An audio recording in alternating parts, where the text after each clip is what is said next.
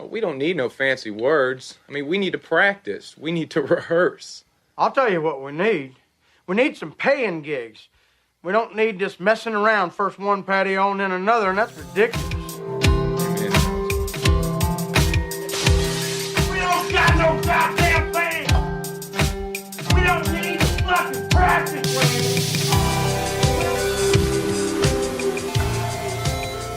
Whenever you're ready. All right, welcome to the No GD Band podcast. I'm Henry. And I'm Chris. We're someplace different. We're on location. All right. It feels different. I wonder if it's going to have an impact on the conversation.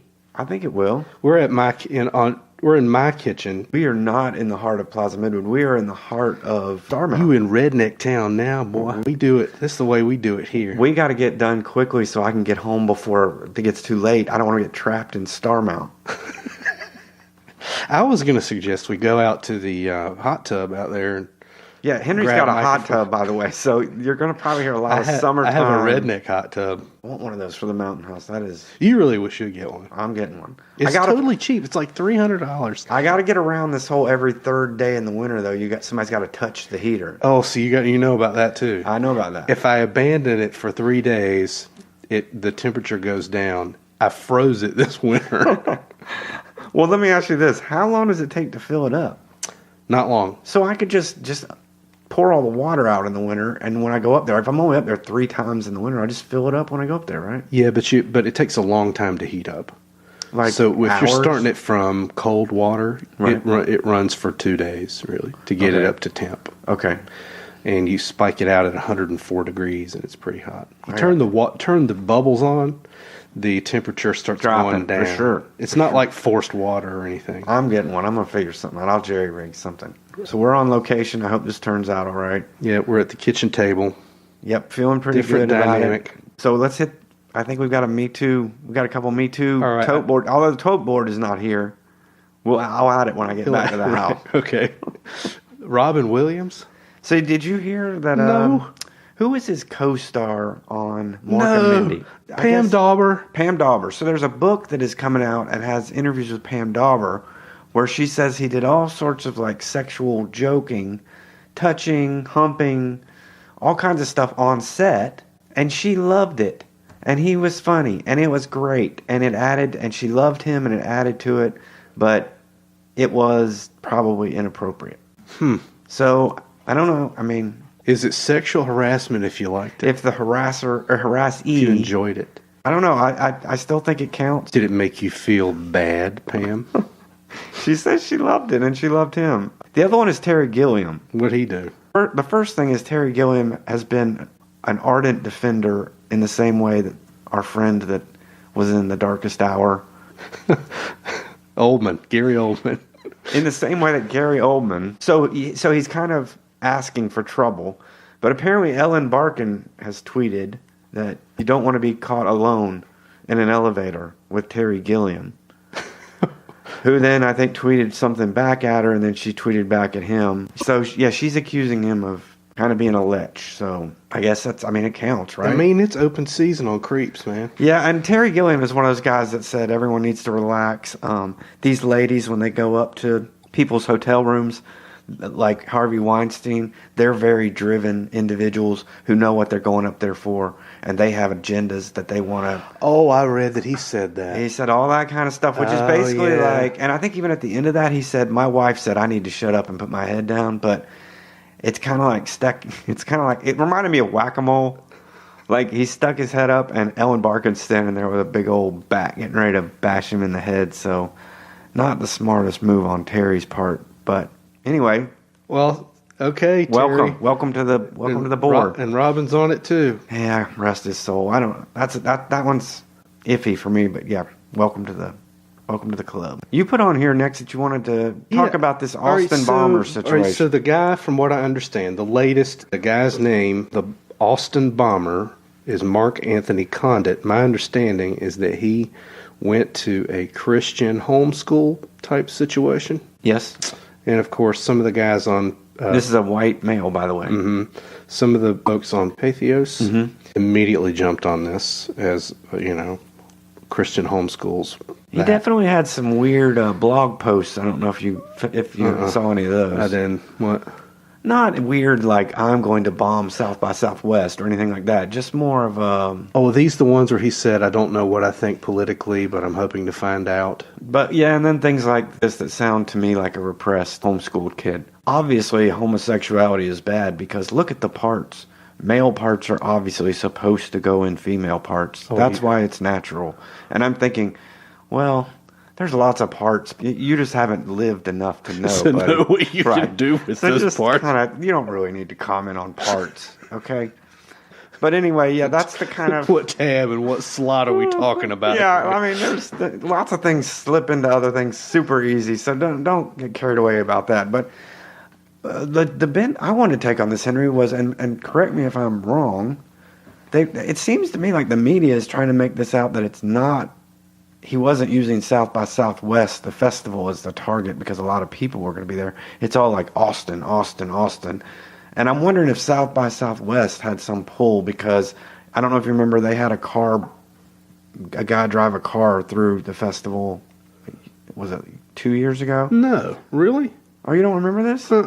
This guy drove a car into into the middle of South by Southwest and killed a bunch of people. And so I think South by Southwest is going on right now, or this week.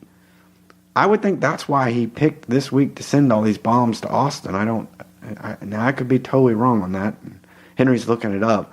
But I do see a video from a deadly South by Southwest car crash.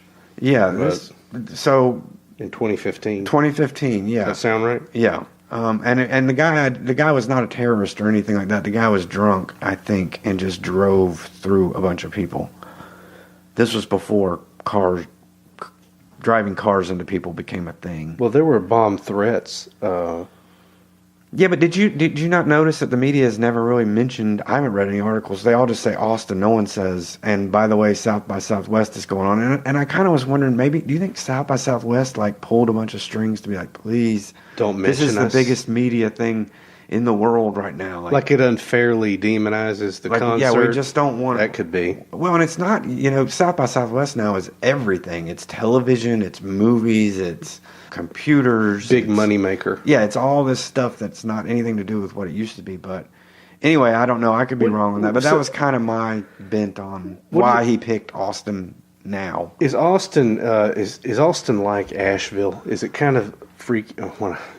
Yeah, Austin is that where all our lefty buddies hang out in Texas? Yeah, pretty much. It's the only really, not only, but it's a major little. It's like Chapel Hill. It's a little pocket of liberal in the middle of Texas, which Texas is. Is it big? It's big. Is it Charlotte big? No, it's like bigger. It made me think of Athens, or maybe a little bigger than Athens. Oh, really? It's a college town. Now, when I was there for South by Southwest, all the college students are out on spring break. Mm-hmm. The University of Texas at Austin is like 40,000 students, so it probably would feel a lot more people if I was there at a different time.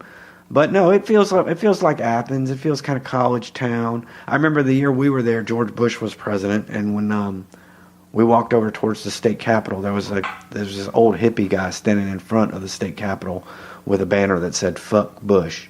And I was like, I didn't expect to see that in Texas, Mm-hmm. But no, it feels real liberal and progressive and everything you would think of a college town. Bars everywhere, And I guess if a guy is with it enough to wire bombs up in packages, right, like successfully, and the guy they said that he would get better as he would build them, right. Then he's not altogether like stupid. Oh, I don't think he's what I mean? stupid, but I mean, I don't know if you heard this. Yesterday I heard on the radio that there's a YouTube video of a kid telling how you can build an AR-15 out of regular, everyday stuff. Are you kidding me? I'm sure this guy just found a YouTube video of how to build a bomb. It wasn't like he had to go to he went to science school to build a bomb. You can find anything you want out there on the internet. It's creepy, but I don't know. The other thing I thought, Henry, the other thing that struck me that I wanted to mention was the minute I heard bomber, I instantly thought disgruntled white dude. I did not think in any way, shape, or form this was a female. Yeah. Or a person of Do you color. remember we used to make fun of the idea of bombers? Like there was that Muppet guy Right. that had the thing with Yeah. the plunger and he'd walk around. Right. Like that was like this great joke. Or there was always a guy with, Now- with like a little thing like a raccoon eyes, and he'd Yeah, carry yeah. a little round bomb with a little hissing thing on the top. Like, But it was not, but we don't, that would not even be acceptable at all today. no, it would not. You know, after watching the building in Oklahoma get blown to bits. Yeah, that pretty much You put know, a quash on that that. pretty And the much- Unabomber, too. Yeah. Yeah. But it's always weird white dudes, right? Yeah. And as well as the mass shooters are almost universally white dudes. That's why I think it's kind of special that your apartment, where we first practiced with Galaxy Girl, Yeah, that was like less than 2 streets away from a African That was a American technicality. That was kind of just serial killer. Is it serial killer if it's more than 2? Can I just say black? Now, black is accepted vernacular, right? I don't have to say African American. I always opt for the African American Okay. because I don't know. You can say black. Black is okay. I was say he was a black serial killer. Yeah. But you're saying he was a serial killer on a technicality? I don't know. I mean, you do like to bring up the fact that I live near a serial killer. You did. We practiced It's in a your brush apartment. with notoriety. Yes. Like right over there, like right beyond that chain. There was a Where Taco that guy- Bell, and there was a Where serial I killer. slept every night underneath my window unit air conditioner. Yep. There was. And my TV, beyond that door, was a dude that was a killer, a serial killer. Yeah, I mean, he was like less than 100 yards from your door. I don't know. But I think he was only killing young black females, right? I think they knew him. I think he was. You were safe as a baby with that guy around. Well, He wasn't into killing. I wasn't his girlfriend. He wasn't killing 20-something-year-old poor white dudes that had a rock band practicing in his bedroom. So I've seen a lot of things lately where people like the guy that founded WhatsApp saying it's time to dump Facebook and get rid of Facebook. I've considered it. If it weren't for the pod, I think That's I might be done. I think except for the podcast, I don't. That's the only way that I know that some of our folks get access. But if they Right. know about us, Yeah, I was wondering if maybe we should dump Facebook for. I would like to know. I should try to search the data and see how many of our listeners, you folks out there, listen to this on the Facebook feed, or if I pulled it, if you'd find us anyway. Well, why don't you guys let us know? Drop us a line if you get a chance, or At Facebook, at No GD Band. sure if that's the way you listen. No GD Band at Twitter and Gmail and everywhere else. Yeah, and I do find it interesting. I've had feedback from people that listen that say they see the post, they know that we have a new episode on Facebook, but they didn't know that you could click on the picture and listen For on real? Facebook. Yeah, they go listen on. They didn't know they could click Right. the play button. Right, they go listen on their iTunes because they didn't know they could just listen on Facebook. But we've gone way too long into this episode without starting to drink. So I mean, I'm feeling like my fingers are starting to twitch a little bit. well, we don't want that to happen because I believe your wife bought some buku Yeah, it's good crazy stuff. So let's get to the whiskey Yeah, segment. let's do it. Oh, show me the way to the next whiskey bar. Oh, don't ask why. No, don't ask why. For we must find the next whiskey bar. Or if we don't find the next whiskey bar, I tell you we must die. I tell you. All right, Henry, what do you got? All right, so we are drinking Topo Reserve Carolina Straight Wheat Whiskey. These guys are from Chapel. Wheat. Mm-hmm. Is it all whiskey, wheat whiskey? I don't know. No, there's rye is not wheat. And then These are small batches from scratch, distilled in our traditional copper pot still, okay. non-chill filtered, and patiently aged in number 3 char, I guess that's charcoal, new American oak barrels, a true grain to glass experience. Fermented, distilled, and aged by a top-of-the-hill distillery in Chapel Hill, North Carolina. Distilled from 100% wheat. There is a USDA organic sticker on the front. Oh, yeah. Right there. I see that. And apparently these guys make all kinds of stuff. Topo Distillery. I think you guys should sponsor our podcast when you hear this. So a lot of whiskey and bourbon, Henry, is distilled from corn. Scotches can be distilled generally from malted barley. Okay. And wheat is also obviously used to make whiskey, but I think rye is different than wheat. Well, one differentiator from the others, Topo Organic Spirits, was the first organic distill. I'm going to say this like it's a commercial for them. This is what. Go again. If you guys give us that again. If you guys, sponsor our podcast, this is an example of the kind of advertisement that you might get from us. Chris, they make a really great Carolina straight wheat whiskey. There is a USDA organic sticker on the front. One of the things you want to know. Are you kidding me? Yeah, no, I'm not kidding you at all. Topo Organic Spirits was the first organic distillery in the Deep South and is dedicated to supporting local organic farming. Really? That's right. They've been recognized by the North Carolina Department of Agriculture for helping create the local organic wheat market in North Carolina. The base of all of their spirits, except the rum, comes from locally grown organic soft red winter wheat. I heard they were certified organic by the PCO.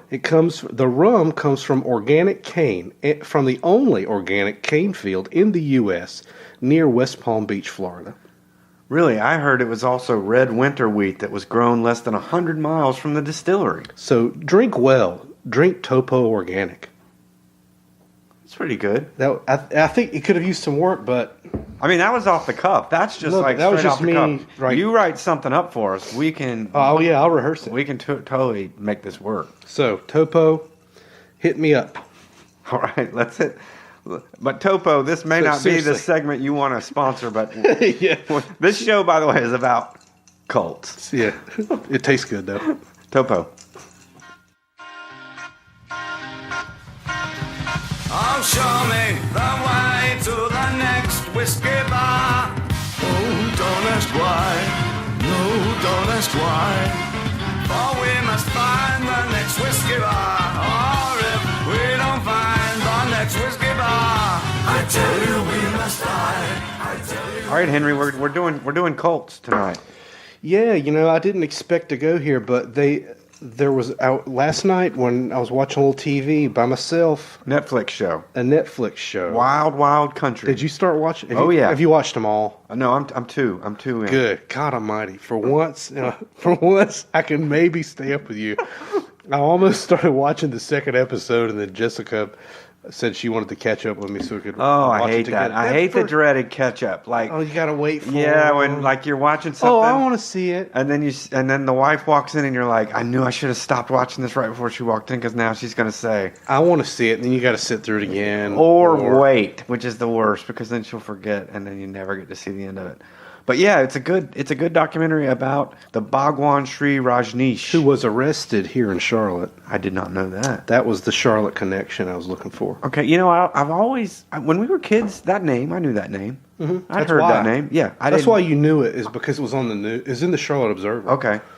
My first impression. So this is one of my favorite type of cults, because it's more of a sex cult than a murder death cult. I don't know enough about them yet. Don't ruin it for me. My favorite part though of these type cults is the hands in front of the face with the the weird smile, like you're on drugs all the time. I love that. Just like walking around. And did you notice on that first episode when they put out the red carpet and he got out of the car and all those people from the town, all the townies are standing around going like, what the? I'm surprised they had footage of all this. That they shot it themselves. But there were cameras all around showing their compound they were building and everything. I know. Pretty crazy stuff. But it reminded me of some of the other, and I know we'll talk about this a little bit. Of course, it's anybody who listens to this podcast knows that I was raised in what I would consider to be a cult. Now, I'm not going to talk about, at this point, I'm really not prepared to talk about the details of it or anything, like the personal stuff. I can speak from like a broader general What was the name of the cult? Jehovah's Witness. Okay, just so people know. Jehovah's Witnesses, I would consider them to be a cult. Now, Just generally, why? Because this kind of goes into what a cult is. What aspects of that make you define it as a cult? So, and generally, I struggled with this for a long time. I don't know that I knew that something was wrong, but it's widely seen in people who sort of deal with this stuff that you look at Steve Hassan's BITE model, BITE. Okay. Right? B, behavioral control. Right. Right. If the group promotes dependence and obedience, if you're expected to modify your behavior with reward and punishment, if they dictate where with whom you can live, if they restrict or control your sexuality, regulate what and how much you eat and drink, deprive you of sleep, exploit you financially, restrict time and leisure activities. That was one that I thought was big. So like they kind of kept you guys on a structured, like you got as classes. Far as the witnesses go, there was there's all kinds of stuff. But as far as behavioral control, you were expected to control your sexuality. There was sure. But I thought the most interesting part when I was looking today through all these different cults was the first thing they do is they make you so busy that you don't really have time to do other things, so you stop thinking about other things. The witnesses had 3 meetings a week. So I just can't imagine having to go to church Sunday 3 times a week. And Tuesday and Thursday. And if you were a good JW, you went out in field service on Saturdays, and sometimes you went on Sundays after the meeting. So I was thinking about this today too, because like I don't even like to do band practice 3 times a week. How on earth did you not get super depressed having to go do that 3 times? Well, you did. Because with church, like even church when I was a kid, this is what church was like on Sunday morning in my household. My parents would get up. One of the 3 kids would fake a stomach ache. They would call that bullshit. Then the other 2 would try to drag ass as much as possible to get us into that late zone to where my dad would just go, fuck it. We're not going to walk in late and be those people. We just won't go. So you would just do everything you could to get out of it because it was so awful. Well, but your folks, that just shows so 3 times a week, I can't imagine. Yeah. It sucked up your evenings. Of course. Meetings were at 7:30. Like when we started our pod, right. I would be dressed with a tie on, ready to go. Okay, and then so at these meetings, they would talk about things like you shouldn't associate with non-Jehovah's. Sure. Bad associations. 1 Corinthians 15:33. Right. So that's another way it kind of tries to restrict your contact. You were expected to dress modestly. What about the eating thing? I noticed that with a lot of the other cults where they would like kind of half starve these people. I don't know, that kind of wasn't going on, right? No. There wasn't no JW diet. No. They didn't say don't drink Coca-Cola or anything like that. I was thinking about some of these others that Japanese Shingriki cult. I don't know that one. Well, they're the ones that tried to gas the subways in Japan. I remember that now. They restricted their diet. Like they were only allowed to eat like a bowl of rice and some stewed vegetables every day. So they were all like skinny, and that was one way they controlled them with their diet. Also, Jonestown really restricted their diet a lot, but I think part of it was because none of them knew how to grow food when they moved to Africa. I didn't know that. So the BITE model, the I, information control. Mm-hmm. Do they deliberately withhold and distort information? Mm-hmm. Forbid you from speaking with ex-members and critics? Yes. The group I came from did. Discourage access to non-cult sources of information. Divide information into insider and outsider doctrine. Do they generate and use propaganda extensively? Use information gained in confession sessions against you. The Scientologists, you've seen them do this. Yes, I thought also when you brought that up, the Scientology thing, it reminded me of the Leah Remini show talking about the internet and how much harder it is now for them to control. It's the same way with the J-Dubs. Like I was wondering about that if now versus when you were a Jehovah's Witness, how much harder. Chris, when I first left and right after we first started hanging out extensively, I suffered a lot because I simply didn't know. The internet didn't exist. Right. There was no place to go and validate all the feelings I was having, or to sort of sort through some of the gaslighting that had happened to me. So the advent of the internet has just sucked away so much of their ability, because people can now verify what they've been Instantly. told at the front door. They can go to the internet now and look to see if it's true. Right. And so the internet has been bad for at least Cults. the big cults like that. Right. Do they require you to report your thoughts, feelings, and activities to superiors? Encourage you to spy and report on others' misconduct. That's information control. And I mean, as you're reading this is like you're going like in your head, you're going check. Well, at least set most of these anyway. So let me ask you this question without you having to go into a lot of detail. Mhm.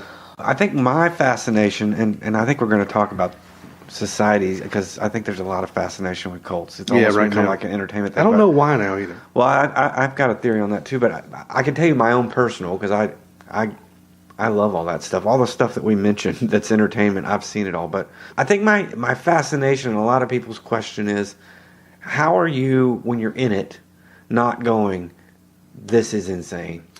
Like how, and like from the outside, you can't imagine that those techniques would work. You're like, as an example, watching the Leah Remini show where she said some of the members were like voluntarily in this prison-like, Yeah, isn't that amazing? yeah, at the headquarters, and these are all like good Scientologists who like lived for like 2 years in this prison environment. I think you're so isolated and blocked away that you don't have any comparison. So my question to you was, were you blocked away and so isolated that the thoughts never actually crossed your mind, or do the thoughts cross your mind like this is nuts, and then you go, but it can't be because this is right.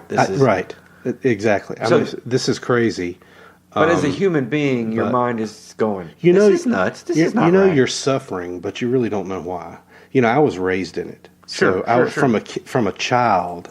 I just sort of grew up with it and just accepted it as the world. But you would go to school with all us regulars, and right. it had to cross your mind at some point, like, they're not like what they're telling me Right. everybody is. But Right, then you're like, right. oh, maybe I don't know something, right? Yeah, but Or- you also learn this, at least the JW kids learn sort of a hard duality. They pretend to be one way at home to get along, and when they go to school, they're a completely different way. Okay. But, there's varying levels of this. I'm not by any means like an expert on cults. No, I'm just asking But- your own personal experience. Yeah, like, yeah. how in your mind did you keep that square for a long time? Like, I didn't keep it square. It caused me a lot of internal strife. because have you heard the Heaven's Gate podcast? Yeah. That the host of that podcast, it was a former cult member of a different cult, Crazy. and I think he expresses it very well. How like Yeah. the mind control gets to the point where you may have the questions, but there's some sort of prepared answer that's been pounded into you that Right. you just fall back on over and over, Over and over again. Right. And I guess he just got to the point where he was like, the fallback answers just don't make sense. It isn't until you can unplug and get away that that all of that stuff sort of starts to fall away. It's Sure. The behavior control where you go to the meetings and you're regularly sort of indoctrinated over and over again with Right. the same pattern of thought, Right. all the time. That has an influence for Well, me. I think for me too, there's a general breakdown, and you can tell me what you think of this. I see there's like two major types of this type of group. There's the cult, like the Jehovah's Witness, Scientology, Mormon cult, which really thinks of itself as a religion. So there's no like in-game single megalomaniac guy leader. Right. And then there's the other ones, which Scientology would have a leader. It's that. well, yeah, the guy. Miscavige. But I don't think his end goal is that he's Jesus Christ, and then eventually his megalomania kills the group. Like, it seems like all the others center around a central leader who really Right. is just feeding off people for his own. Right. The JWs have a governing body.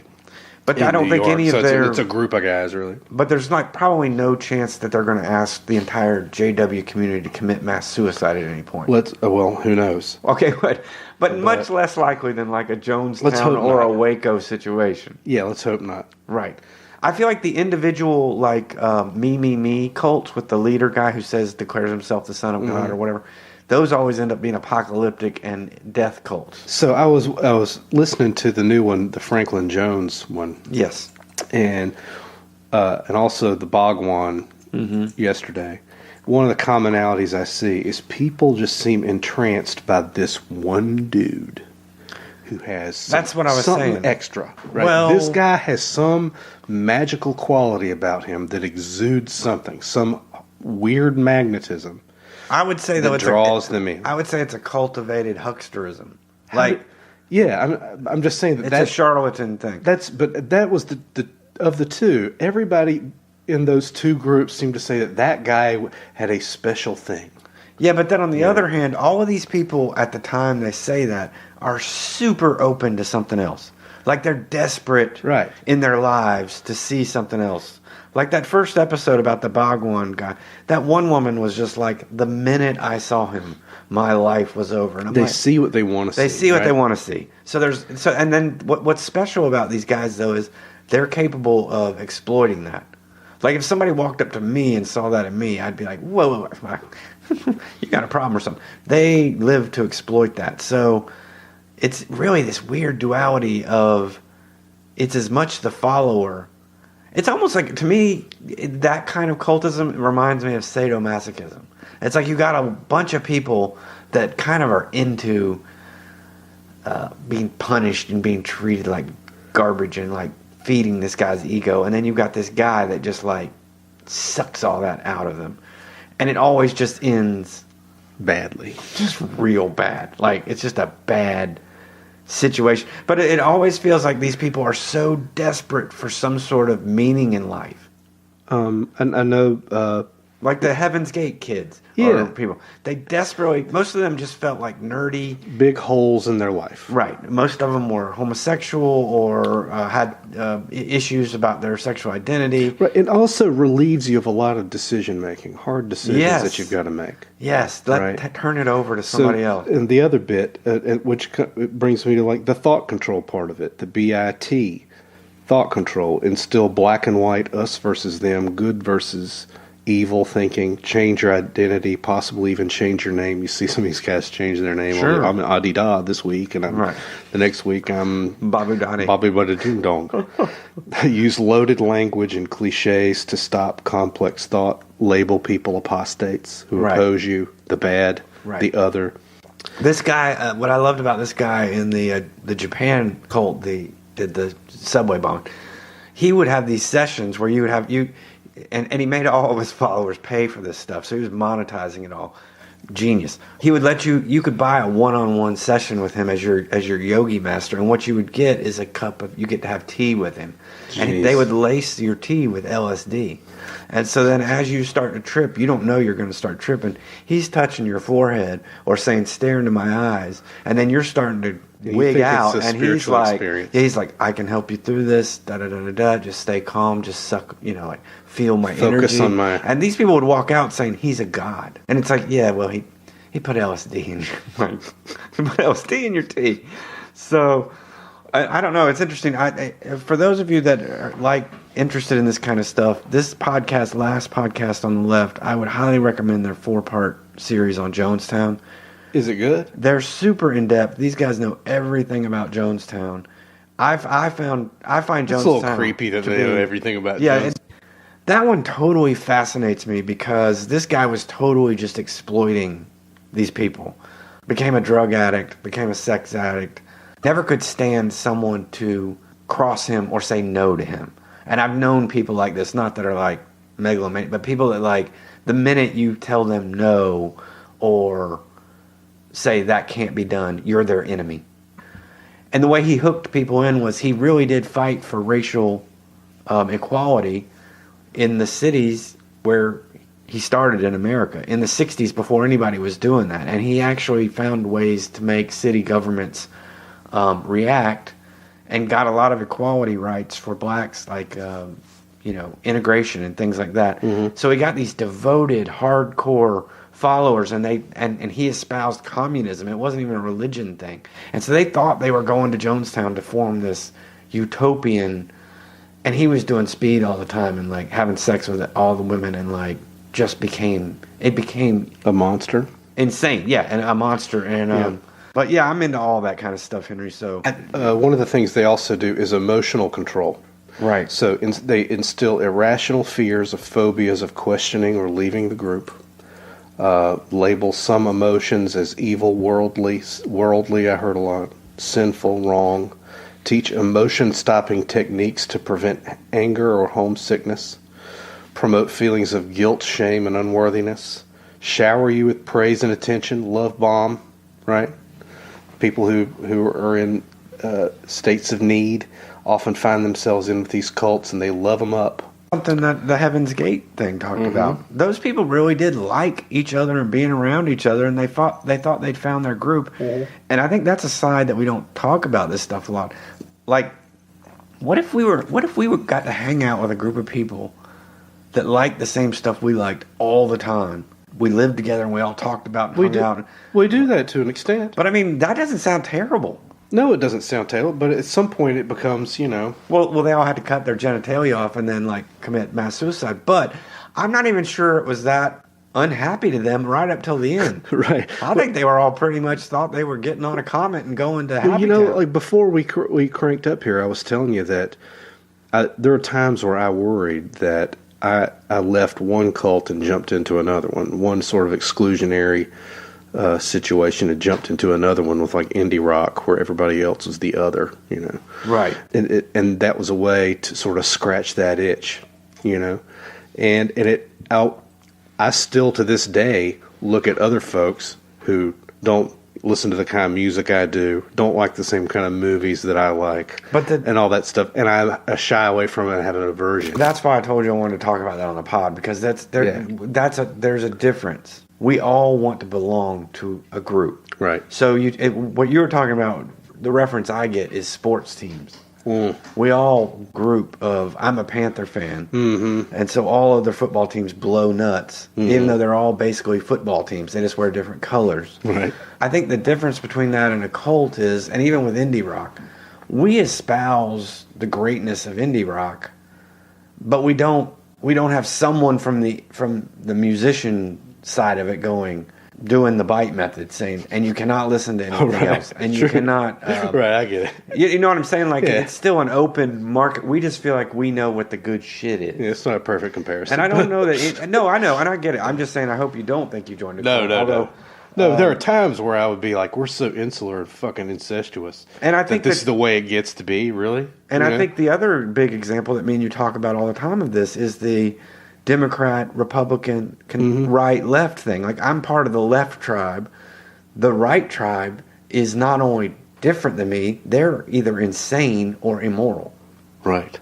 Now that I can almost see, like, we have turned into like a couple of different tribes, because I have trouble fathoming how people on that side can think the way they do, which I'm assuming a lot of these people in cults get to think about the rest of the world. Oh yeah, how could you think this? The demonized other.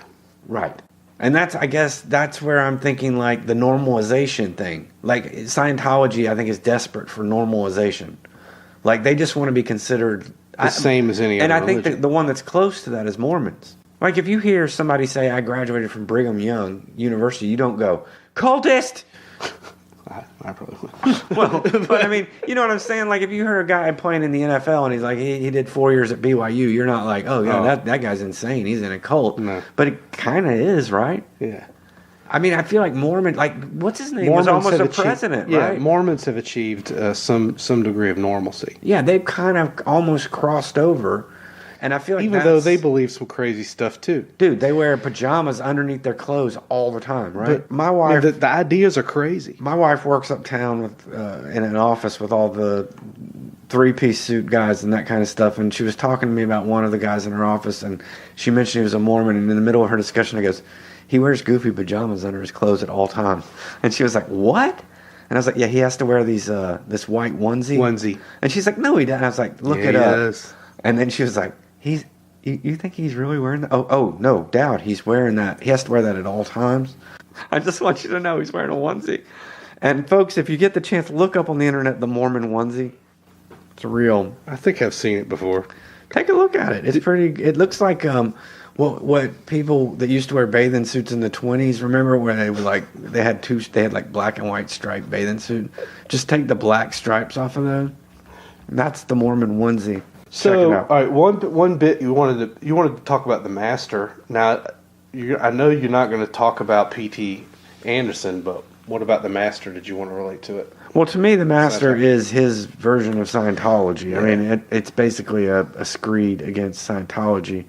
Did you find the character in the Master to be compelling as a person? Yes. Why? Well, first of all, I'm a huge Philip Seymour Hoffman guy. Let's forget that he was still Seymour Hoffman. Okay. Let's You talk, hate when I do this let's about talk, movies, Let's right? talk about the character. Yeah. Yeah, What sure. was the character itself compelling? Could you see yourself falling under a spell of a guy like him? I'll tell you what I liked about him. Do you remember the scene where like they were going into like rich folks' homes and he was giving talks, and that one guy questioned him? I mean, I know the movie showed that to show that he had this anger, like, don't question me if I get questioned. But I kind of like that. I could see back at that time people that were searching for something that was nonconformist, conservative Christianity for a guy to say, this has got science related to it. I can hook you up and we can test this. And I like that kind of thought where it's like, it's mildly scientific, but it's also like past life regression. And we can, so I could see where all of that stuff would appeal to people.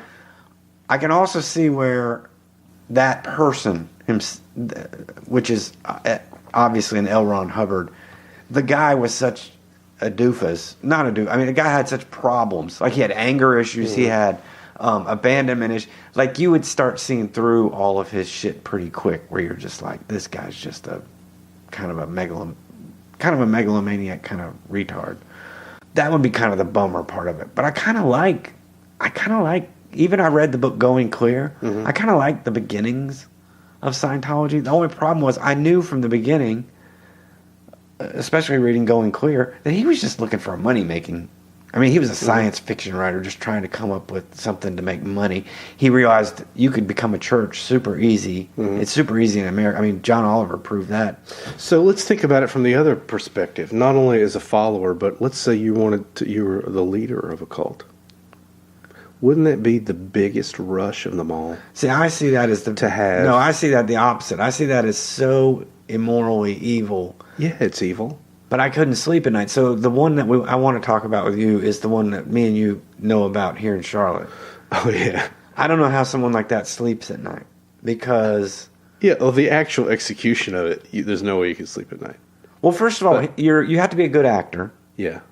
And you have to get off. I see what you're saying. You probably get a hard dick every night about, I just sold being in that. charge. Or I just sold that shit again. I can't believe I just sold that again. Or just having that level of influence over so many people. But I think they start to believe their own. Yeah. That's where it They gets. start to buy their own. They start to buy their own crap. But how could you really, like, before you... Okay, let's say... I see... Before you start buying it, how do you sleep at night? When you know you're just huckster, like the guy in Texas, the televangelist guy that wouldn't let people into his church in Houston when the... Oh, that guy. Do you I differentiate between somebody like him, who's just a flim-flam artist, scam guy, who wants to let you do whatever you want to, just keep buying my books and sending me money and stuff, and we'll be cool. So how does that's one guy. Okay. But that's one type of person. The cult people want to control every aspect of your life. They need that. I need more than your money. Yeah, okay? I need you. I need to your feel power. like I'm this, I need to own who you are. I need to feel like the center of your world. Right. Yes. It's more like I see like, and I know we're talking about Stephen Furtick from Elevation Church in Charlotte, North Carolina, but I see what he's doing is just this kind which is so used car pervasive. salesman. I guarantee you that we have at least one listener who's been to Elevation Church. I'm sure. Yeah. But I don't see them as a cult. I see them as just kind a cult of personality? Yeah, no more so than you would like. I don't know. I enjoy the work of Daniel Day-Lewis. I enjoy the work of Stephen Furtick. Or I'll keep showing up. I don't know that they have the kind of devotion that would put them in front of a fucking train. Right. But I think he's so... But it's cultish. And it's so fraudulent to the outside person. You're like, it's equally as fraudulent.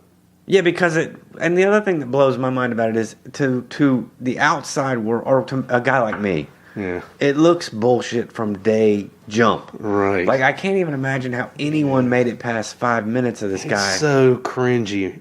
It is. It's just so... It's not even... Okay, here's my thing.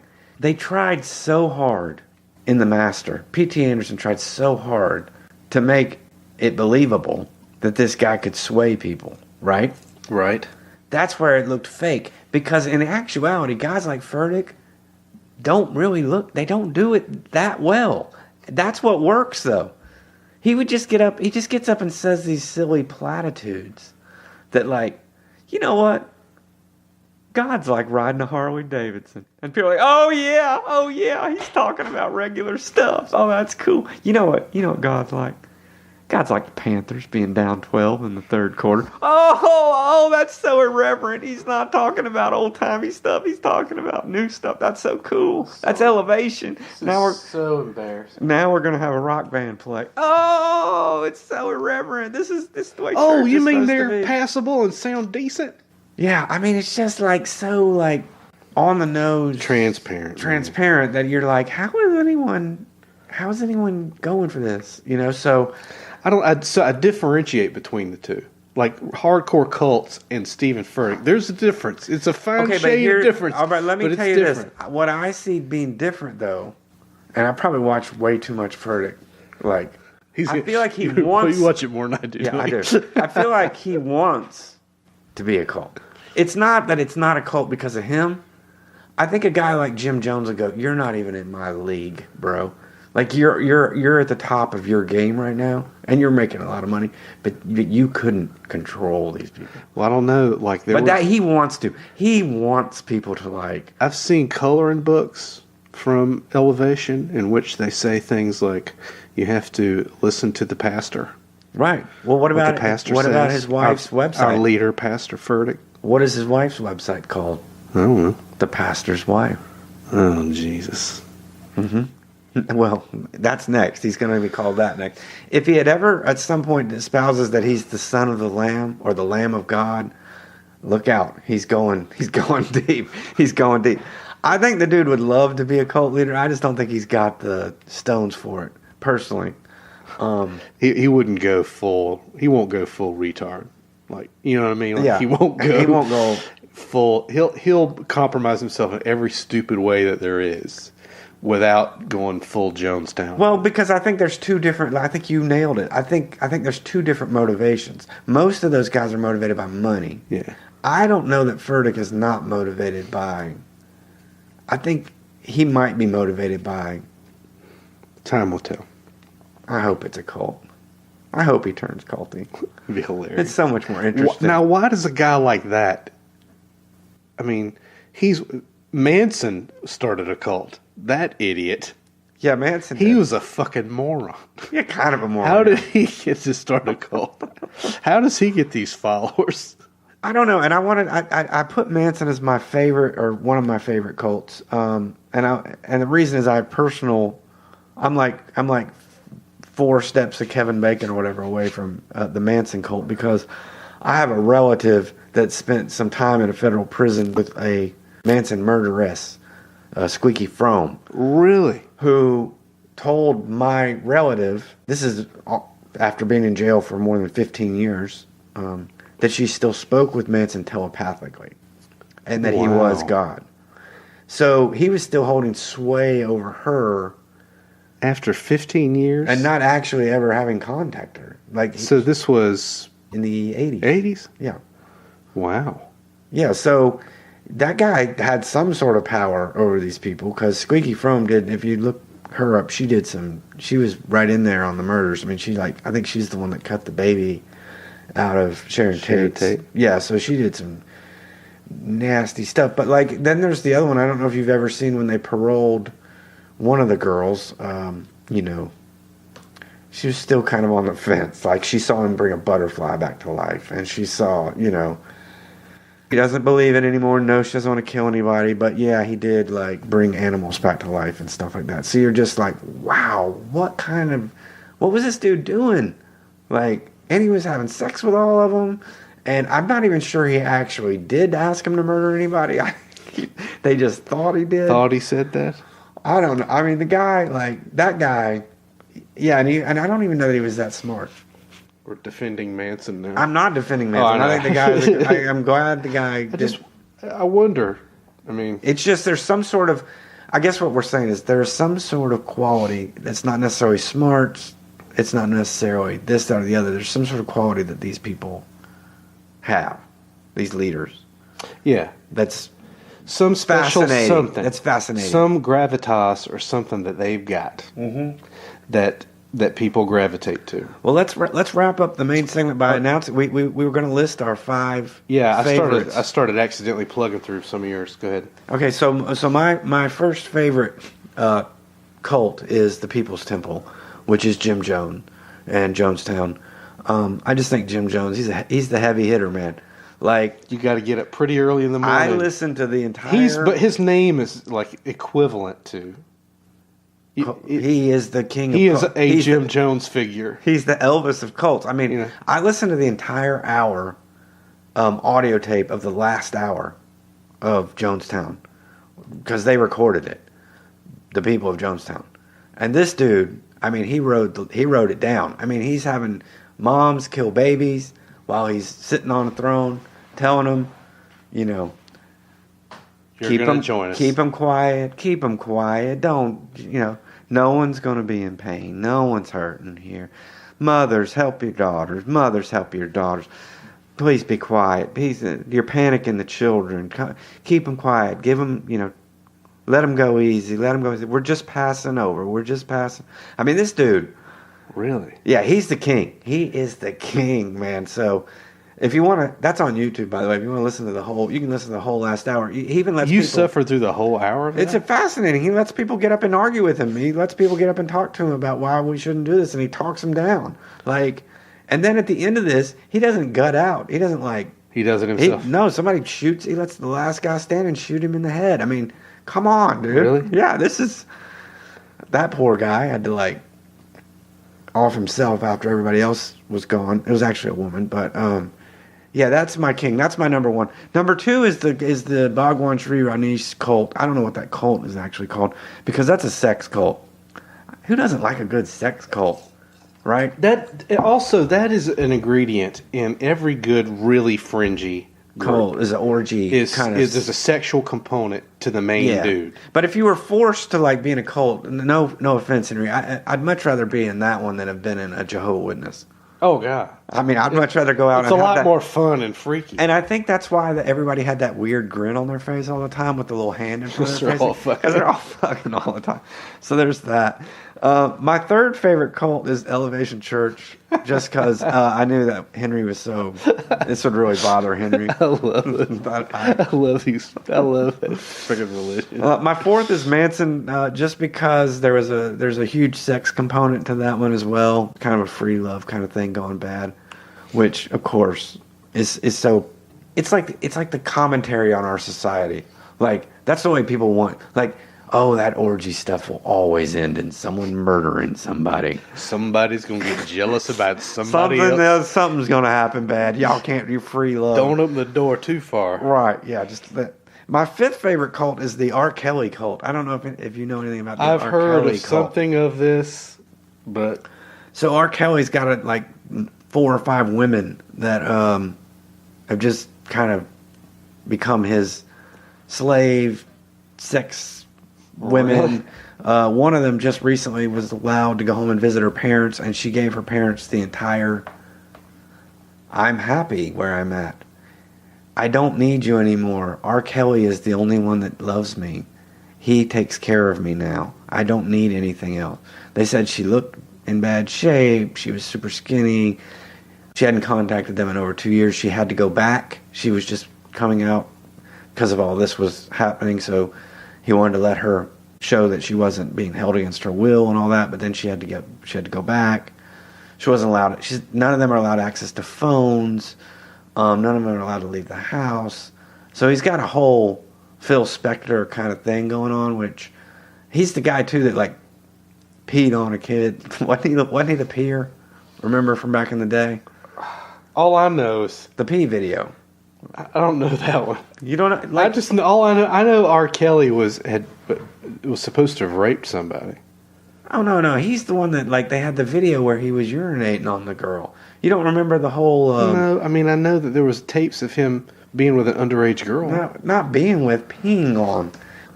Man, you're not up on your '90s urban culture. There's a third video the video on it. Fan tells R. Kelly pee on me. Man, come on, dude. That's R. Kelly's R. claim Kelly to fame. pees on girls. That's what he does, man. Oh, an X-rated home video in 2002 where Kelly is seen urinating on his partner. Yeah, so that's my fifth favorite cult. More specifically and disgustingly in her mouth. Of course. Where else are you going to put it? Ugh. So what are your 5 favorite cults? You've already squashed mine. Mine are boring compared to those. Scientology. Yeah, that's a good one. Of course, the J-Dubs, the one I was in. I like how your own personal cult is not your favorite. You like Scientology better. I do. Why do you like Scientology better? They're more crazy to me. I mean, it's like Scientology is like Jehovah's Witnesses, except on crack. Like, these guys are nuts completely and every bit as dangerous. But the Scientology people, like, send video cameras to your fucking house. Yeah, they are aggressive. And, like, and put up websites about you and shit. Yeah, they do. They go on the offense. They do. They're aggressive. The JWs just, like, kind of sink back. I'm with you. I kind of respect Scientology's aggression if you try to leave. They're just kind of God almighty. They're unapologetically, belligerently bad. Yes. As people. Yes. And there are whole people that don't see it. Elizabeth Moss is not going to. No, that's the other doesn't scary see thing. it. There's people that we admire their work. Beck don't see it. Right, that are total... Giovanni Ribisi. I was good for me. You know, that's all they're thinking. And do you not find this fascinating too? A lot of those people, how do they? Because I consider those folks worldly. Yeah. How do on they earth square did it they up? not like? Because like Beck's got to be hanging out with like other Grammy winners who are like, dude, what are you thinking? dude, tell me one thing What? that you think is true that I will tell you is bullshit. Like Leah Remini's saying, well, Scientologists just saved 300 million or 300,000 lives in Africa last year. No, they didn't. They just said that. Where did shit. you? I can't believe imagine somebody hanging out with Beck when I was like, I can just prove that to you on the internet.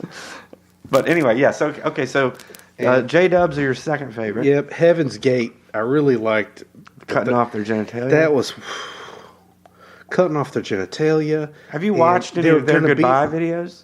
No. Are they online? Oh, they're on YouTube. Like, check that out. That's some creepy stuff. So, and they're all super nerds, man. First of all, they're all the kind of people that when you watch these videos, you're like, I don't know that I'd want to integrate them back into regular society. But they all do this thing. Is it that bad? They're pretty nerdy, dude. The podcast didn't make it sound so there's a person that bad. we talk about that is in our little group of people that like you don't want to get caught in his sphere. Mm-hmm. It's kind of like that. But the fascinating thing about their videos is they all talk about, they're all sitting around laughing.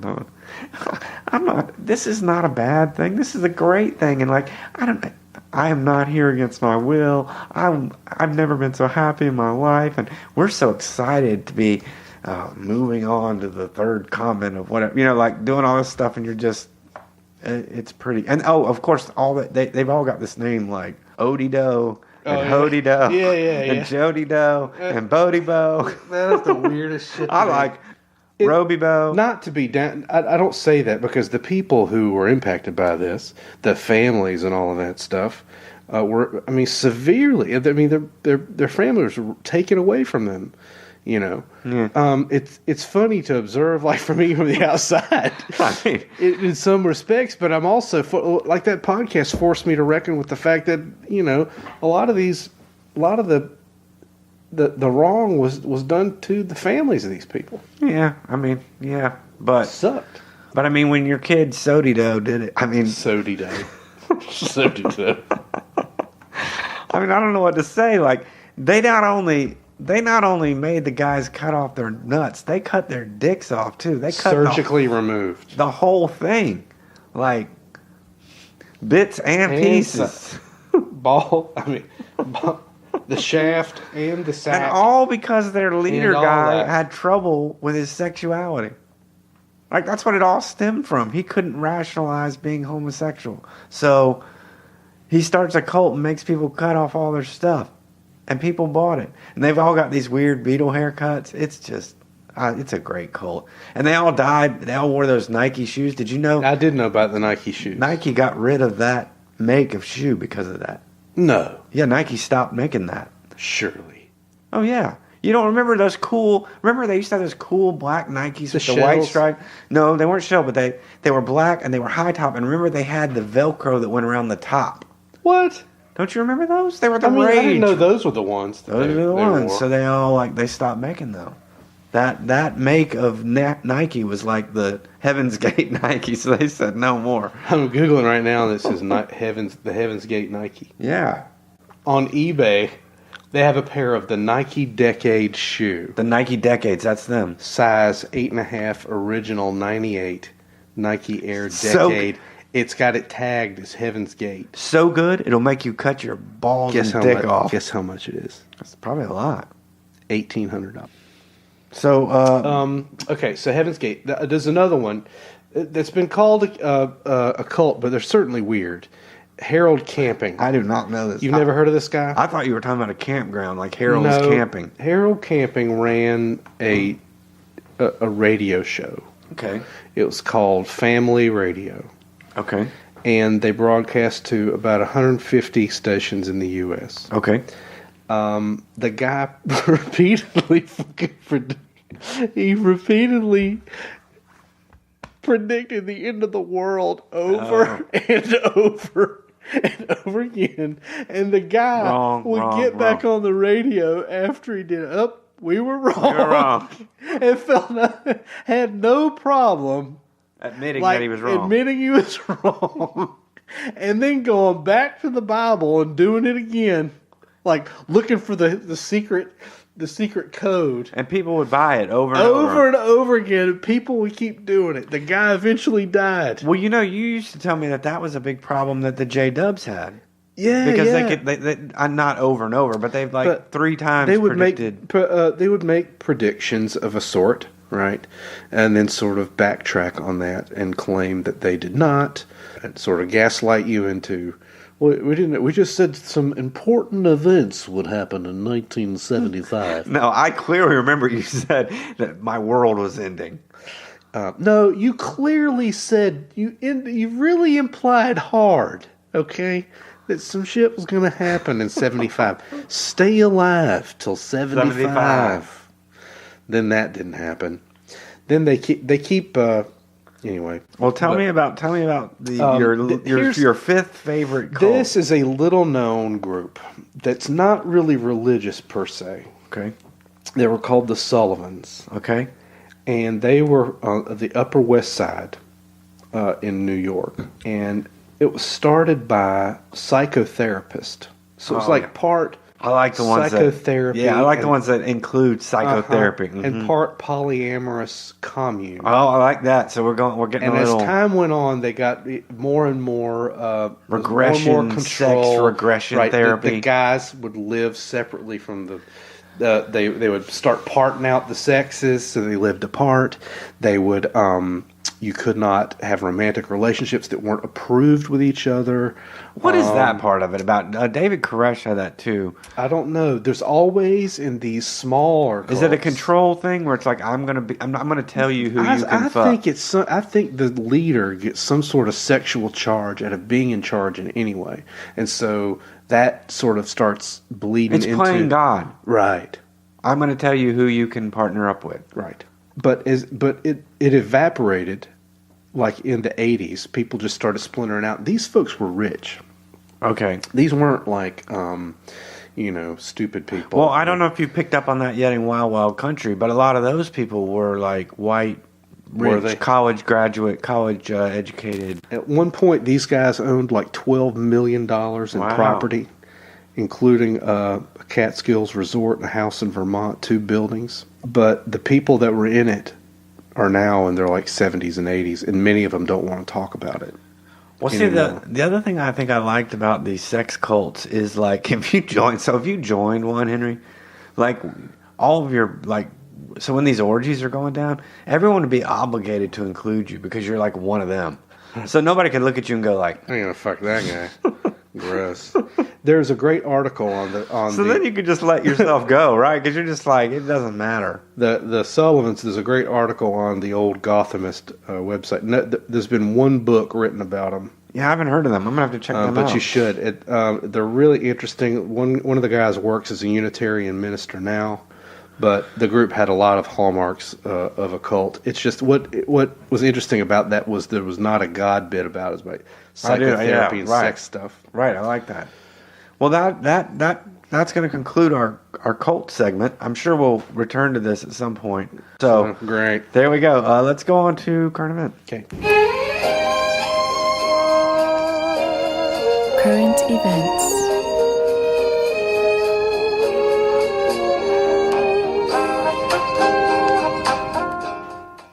All right, we're back.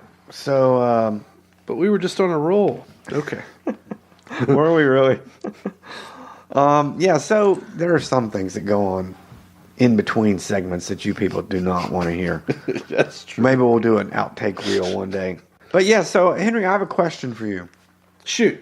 The Walking Dead Stopped watching. and Survivor. See, the creeping dread is a problem for me. Okay, so these are two And shows that I after- love. I watch Survivor now. I didn't when you started watching. Okay, I watched every season until the last one. I stopped the last one. I started this one, and I'm bailing. I'm thinking of bailing. Walking Dead. I feel like I've invested so much into it. That you have to see. I'm only watching because So is the problem that it's terrible. is the problem that you invest that they don't invest enough in the characters before they kill them off now? They just do stupid stuff. So okay, let me give you an example. You've got this episode that you know is not the end of the season episode. Right. And you've got this big battle scene between the main character and the main 2-season nemesis character, the guy you labeled barbed wire bat guy. Yeah, that guy. You know when the episode starts that neither one of them will die because this is not the penultimate episode of the season, right? This is not the finale. So you know the main character's not going to die, and you know the other dude's not going to get killed off because you got to save him to be killed off on the end. So it's a completely wasted episode where they're both just like chasing each other around. It's almost like a Laurel and Hardy skit. They're chasing each other around, hurling invectives at each other about how shitty the other one is. And you're like, why am I watching this? So it's not moving the ball at all? It's not moving the ball at all, and it's not interesting, and it's kind of makes both characters look just silly. Plus, okay, here's the other problem.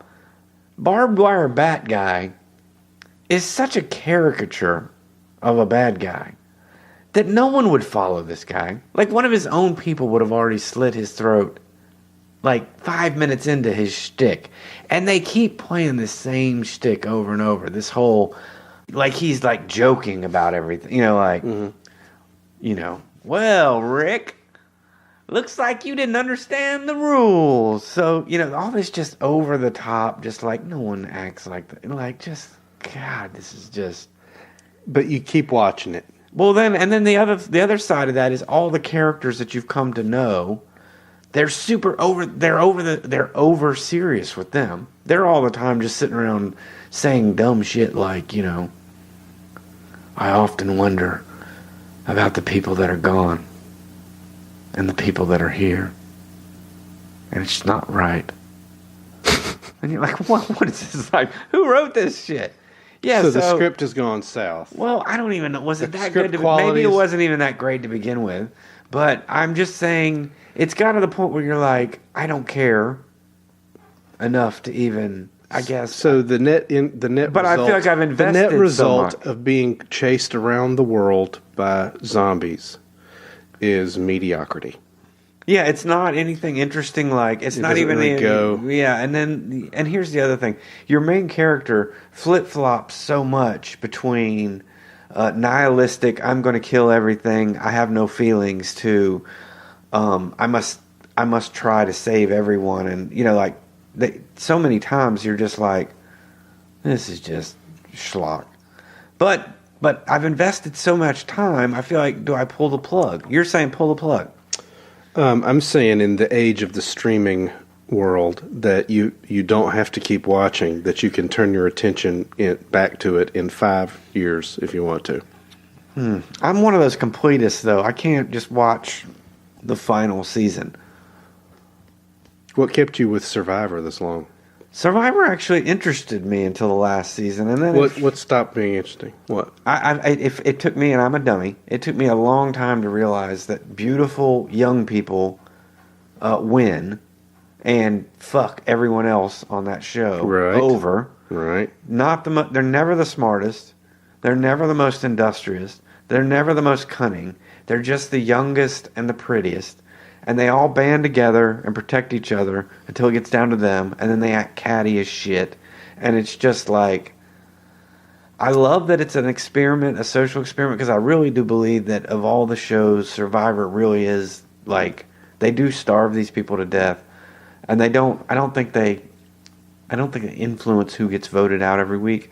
You don't think Jeff Probst influences this? No, I do. In the way that he asks questions. I do think he does in that. Yeah. But I don't think that I think there have been characters on there that it's obvious they would love to have kept them around a couple episodes longer than they did, but they got voted out. I don't think they fixed that. I don't like the canned sitting out by a palm tree and those little interview things that are like interstitial. Well, those little bits where they interview them and they reflect on what is happening. Yeah, where you're like, well, that obviously had to have happened days ago, or you wouldn't be sitting there talking about how you found an idol. Mm-hmm. And it seems canned, and I think that goes to all reality shows have that, so that bothers me. But other than that, I know that if you look at people on Survivor on day 1, episode 1, and then you look at them on episode 25 or whatever the final episode is, they weigh like 40 pounds less. They look like they've been living on the streets of Bogota, Colombia for a week. So that shit I think is real. One of the things that I don't like about that show is that I feel like they pick the best looking youngest people and stack the deck with a lot of those people. Right. And the others are just sort of mere... There's not enough of the others to band together to save themselves. Normies. Right. The normies don't get a lot of play in that show. Right. It's all... It seems like there are times where it feels like it's just an excuse for me to focus on some girl's ass or focus on somebody's... muscular chest. I think they feel like they need to have that though to keep people watching. To keep it. I realize they feel that way, but I in turn feel manipulated, and that makes me have a bad taste in my mouth when I turn it off. So, but I'll tell you something that kept me in it for a while longer than I should have. A guy that used to play in a band with our friend Rodney Lanier. Mm-hmm. When we did Rodney's tribute show. One of the guys that was in Jolene is, I don't know the exact title. I want to say he's an executive producer of Survivor. Wow. He's rich then, probably. But he's rich, but he's been with Survivor since like year 3. I got a moment with him backstage, and at that point in time, I was a Survivor geek. I wanted to actually be on. I wanted to go on the show. Mm-hmm. So I told him that was my fantasy, and he was like, "You don't want to go on Survivor." He's like, "We starved them to death. We basically abuse people for 30 days. He was like, I would never do it. He's like, it is a reality show, so he's like, a lot of that, and that's where he told me, like, the little canned bits are like a reality show. He's like, we ask them to talk about a certain thing or whatever. But he's like, all the stuff that's happening out there is actually real. He's like, and part of it is, we purposely starve them and don't give them things and make them do challenges when they're tired so that they'll fight. So he's like, we're purposely like poking you the whole 30 days in a stressful environment to make you react. So he's like, you don't want it. He's like, and he was so funny because he was like, do you have some problem with your life? Or I was like, no, I just want to go on Survivor. He's like, no, you don't. He's like, do you want to be famous? Are you like a fame whore? And I was like, no, I just want to try it. He's like, nah, you don't want it. Things could go bad. Like, think about that one guy. Did you see that season where they had like 3 people need doctor's assistant on the same day? They were doing a challenge. It was like 110 degrees. Oh, I do remember something. And they had like 2 heat strokes and like something else going on. And you're like, they are literally... But also, think about in the stress of the moment, how many people in that show said something really shitty. That one guy from North Carolina that made that terrible... There was that one gay guy that basically burned it down. Yeah, he's from Raleigh. On himself. Yeah. Megan he was always also said gay. Megan said I would always said I would be a good contestant because I always say crazy shit and get angry when I'm hungry. I would be an excellent contestant on the show. My life has been No, I tell you when you would have been an excellent contestant. When you were a hardcore smoker, back in the day, if do you remember that one guy that one year that like went out there that was like a 3-pack a day guy? Oh God, that guy he went insane. Remember? Well, They knew you can't go on Survivor and not quit smoking. It was just like dumbass. a hardcore like. Oh man, that was a good episode. And do you remember the one guy? But the physical stuff is what I'm thinking. I'm thinking about playing that. You know, that would be the worst. I'd love it. I think I would love it. Except for now, I'm You have to be full. If there's a way, and I think I could do it, where I could be fully in the moment and fully committed to something, and no, I'm not going to do it. Yeah, but no, You know what I mean? But I'll tell you what it reminds me of, and I'll tell you what the problem is for guys like me and you now. When I watch it now, I realize that the minute I got out there, it would be like we were back in Click Town where there's all the frat guys, the frat daddies, and us. Because instantly all the young dudes and the young ladies would team up. We would be labeled like, well, he's the weakest on the tribe, like he can't pull his weight. Or we would be labeled on as the bottom. Or we'd be labeled as the like know-it-all guy who talks all On the the time. bottom. Yeah, so then like you would instantly like have all this like, oh God, I'm back in high school. It's all clicky. Maybe you'd be the one calling the shots from the jump. Maybe they're looking to you to try to help build something. Or do something. But see, the only old guys they respect are the ones that are like former Air Force pilots that are ripped. You know what I mean? Like they don't like kids. Or the guys. Kids don't respect old guys that know shit. They just think you talk too much. They just respect like ripped old dudes. That's all they expect. You know what I mean? Like crew cut guys that are like former NFL quarterbacks or airline pilots. That's all they like. That's all they do. They let one guy go. I couldn't believe that. They've got there's an old guy on this new season, right? That's like fit. Like he's like fit. It's just kind of turned into this thing where I'm not interested anymore. But anyway, so yeah, I guess I should stop watching it, right? There's no reason for you to keep There's up too much with good life. There's stuff. too much than to waste time on something Okay. that doesn't do anything for you. Okay. I watch Survivor with the family because it's something we can talk about together and do. Sure. But like, No, Megan has stopped watching, so I'm the only one watching. so spend your time on something else, on the cult documentary or whatever. All right. We're in the. I mean, it almost bothers me how good TV is now. Me too. It's insane. Me too, because movies It's are so engaging. and They movies- finally figured out all the little bits that get you to pay attention, all the things that make it Right. good. There's there's no not end. There's not enough time in the day. No, and there's no end to the interests that you can drill down and go to. And with somebody like me who has a lot of interests, There's a show on right now I'm watching on Netflix called Altered Carbon that I think is wonderful. Yes, I started watching that, but other stuff is taking precedent. But I will fucking get to that one Right. day. I'm sorry. And then- The show is great. I know. And then just out of the blue, there's this movie on Netflix called something like Mace or something. I don't know. It's got like that comedian in it. Why do I do this? I don't know that comedian. The guy that played Ant-Man. Shit. What's his name? You're old fucker. I take man. all of this out in editing, by the way, so none of you know that I don't know names at all. I hate that you do that. Paul Rudd. So there's this movie that just appears on Netflix that's like a premiere, like they made it like a movie, but it's on Netflix and it's called Mute. It is pretty awesome. And It's a science fiction movie? yeah, and it's like Blade Runner mixed with like, I don't know. It's Paul Rudd's a bad guy? oh, he's evil, dude. He plays good bad guy. He is just fucking sociopathic as hell. But like you said, so TV's great, but then movies are terrible. Like the only movies they make anymore are fucking superhero movies. Television has kind of taken over quality entertainment. Most people just go to see comic book movies Because that's all they go because see. why would you when there's so much good content Right. streaming to your screen now, and the screens are bigger here. Now we've got 70-inch screens in your house. here's the thing. So Why would I go out and see pay $12-15 to go see a movie when it's free at home? well, They even don't- if or they don't care. even if they believe Even if you, it is better, doesn't matter. it doesn't matter because they're like, I'm just gonna watch it on my phone. It's like a degradation of art. So who was I listening to the other day? Oh, there was an interview with the guy from Live on this.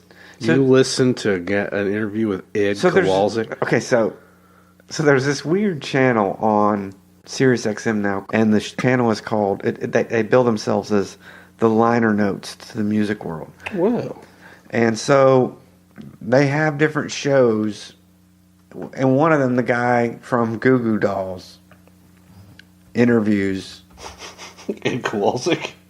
well, different music artists from the 90s. Great. So he's interviewing Ed Kowalczyk. Kowalczyk? Yeah, and That's his I'm name. gonna say this. I'm a closet mental jewelry fan. I know that to talk about. Okay, I know you want to denigrate it, but back at the time, My wife you loves kind of it. dug it. You kind of dug it. We saw that shit on 120 Minutes. Oh, yeah? and That you really don't remember this, but you really dug that guy's earnestness. Plus, he was talking about themes that you enjoyed. What was that? 20? Religion. He was Yes. talking about. Yes. So you don't. Okay, I before can you- talk a little smack. All right. Just fucking breeze by it. You don't have to fucking call it out. Okay, I'm a hypocrite. So- go ahead. Thanks, Chris. No, I don't remember what he said. Truth be known. I wish I knew what the name of the channel was, but It's Liner Notes radio show, right? no, no. They just that's their tagline, like liner Oh. notes to the world of music. I'd listen to something like that. Yeah, you would like it. They have programs where they talk about metal and stuff that's like totally irrelevant to us, but then they have stuff. I like listening to things like that. I do too. I'll listen to it even when they're talking about. And I'll it's- listen to them talk and it's about so it. weird because they'll talk about it like it's completely irrelevant. They'll be like, "So, Tesla's third album came out in '97," and the guy's like, "No, it came out in '96." Oh, of course, right? Yeah. So, and that was like seminal to the. And you're like, these dudes are really Tesla? Yeah, they'll be talking about like Tesla or some shit. And you're like it's like Yeah. like considering it real Yeah, and like relevant shit. Yeah, it's crazy. It's a weird radio program. It almost kind of bothers me though that instead of listening to music, I want to listen to dudes talk about music. Well, if in another planet, on another world, I don't know we how I'm would going to be work like this sa- into current events either. I went off script. we would be like Sound Opinions, I think. Yeah, I would totally. love to talk to musicians every week. Well, let's bring this back to music because I had a couple bands Yeah. I wanted to talk about before Yeah. we ended the program. I'd like that one. You let me hear briefly, but I want to hear it in my headphones. Yeah, so I'm gonna play this song for you guys, and so I first came across these two girls. I don't know what country they're from, but I first came across them a couple years ago because I heard their name. I have to admit, I heard the name of their band or whatever they call themselves, and I thought, who wouldn't want to listen? You got to give one listen to a band called Let's Eat Grandma. Kind of a shitty name for a band. Really? You wouldn't want to listen to that? Oh, I'd listen to it, but let's Okay, so eat Grandma. So I listened That's to the it, word. and this was 2 years ago, and I felt like they sounded a lot like the singer in my band, which I then quickly at practice played for her, and she got pissed at me. So for thinking it sounded like her. yeah, because she hates saying that she sounds like Bjork or anybody that sounds like a higher pitched. What was that band we loved? Cranes. Cranes. She hates I when knew people you were- say she sounds like Crane. Oh man. Because, why is that? Well, because in her mind, she's about an octave higher than that, or an octave lower than that, and she's not. But so Let's Eat Grandma. I just came across that they had a new single for their second record just came out, and I listened to it, and I wasn't blown away by it, but I was blown away by these girls are 19 years old. I see a picture of them. They write their own music. This is not like they have a producer that writes everything and then they sing it. And I was thinking about what me and you were doing when we were 19. And then I heard this and I was like, well, I wanted to play it. So the song is called Falling Into Me. And it's by Let's Eat Grandma. Play it.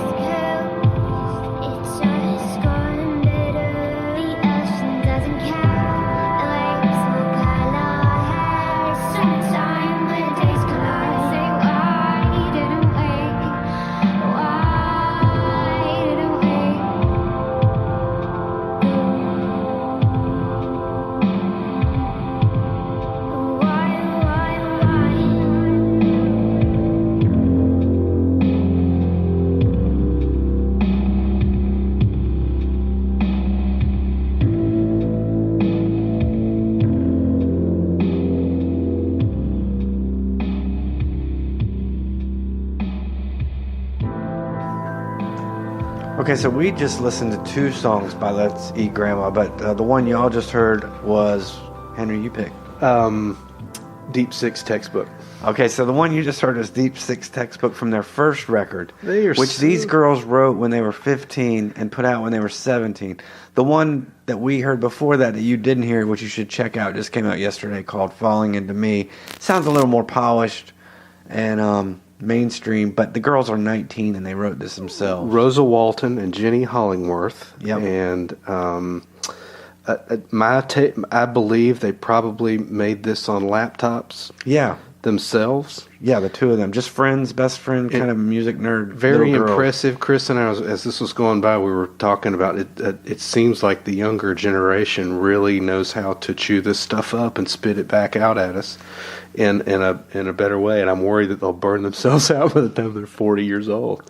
Yeah. Let's hope not, though. Maybe it'll be something else. Yeah, maybe there'll be something else going on by then. Anyway, good on you. That's our cult episode, right? Yes, and it was all here from the kitchen over here in my house, and it worked out. It was kind of I felt a different vibe. A little bit, but not bad. No, I think it was more, I kind of felt like a more chill vibe.